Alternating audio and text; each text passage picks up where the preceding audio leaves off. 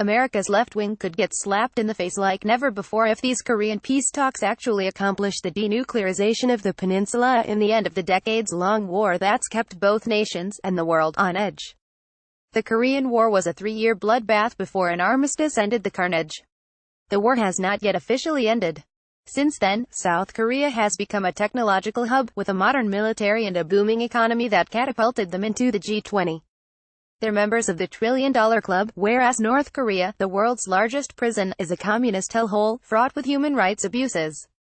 It's an economically backward nation, one that we really don't know about concerning the actual socio-economic situation of the country.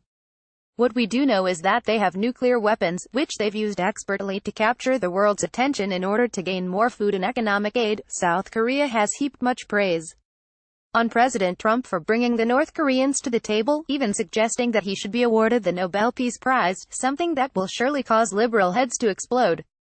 The series of sanctions slapped against them for missile tests, with added Chinese pressure, caused North Korea to renew negotiations. One of their big demands is that the U.S. pledge to never invade North Korea. The U.S. reportedly has a similar agreement with Cuba. We pledge to the Soviet Union, Cuba not to invade, in exchange that the U.S. not invade. It led to the end of the Cuban Missile Crisis, via NYT, keeping diplomatic developments coming at a head-snapping pace. The South Korean government said on Sunday that North Korea's leader, Kim Jong-un, had told President Moon Jae-in that he would abandon his nuclear weapons if the United States agreed to formally end the Korean War and promise not to invade his country. In a confidence-building gesture ahead of a proposed summit meeting with President Trump, a suddenly loquacious and conciliatory Mr. Kim also said he would invite experts and journalists from South Korea and the United States to watch the shutdown next month of his country's only known underground nuclear test site. In Washington, Trump officials spoke cautiously about the chances of reaching a deal and laid out a plan for the dismantling of the North's nuclear program, perhaps over a 2-year period. That would be accompanied by full, complete, total disclosure of everything related to their nuclear program with a full international verification, said John R. Bolton, Mr.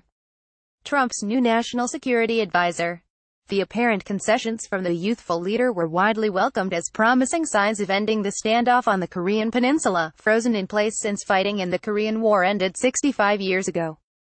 But skeptics warned that North Korea previously made similar pledges of denuclearization on numerous occasions, with little or no intention of abiding by them. Kim's friendly gestures, they said, could turn out to be nothing more than empty promises aimed at lifting sanctions on his isolated country.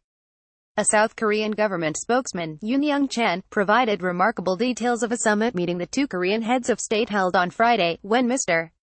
Kim made history by becoming the first North Korean leader to set foot in the South. I know the Americans are inherently disposed against us, but when they talk with us, they will see that I am not the kind of person who would shoot nuclear weapons to the South, over the Pacific, or at the United States, Mr. Kim told Mr. Moon, according to Mr. Yoon's account. Is this too good to be true? It remains to be seen. North Korea has made such overtures before and nothing has come of it. Bolton has said that for this to work, North Korea has to agree to Libyan-style disarmament, where then-leader Muammar Gaddafi gave up his weapons of mass destruction program. We'll see what happens, but while many should be cheerleading this administration to strike this deal, a great many on the left and their allies in the media would hope this fails to give their side a better chance in the upcoming elections and to ensure that Trump does not one-up Obama, whose Iran nuclear deal is falling apart. Trump cannot win a Nobel Peace Prize. That would destroy most of the left-wing talking points against Trump, that he's an unstable madman whose Twitter account will cause a nuclear apocalypse.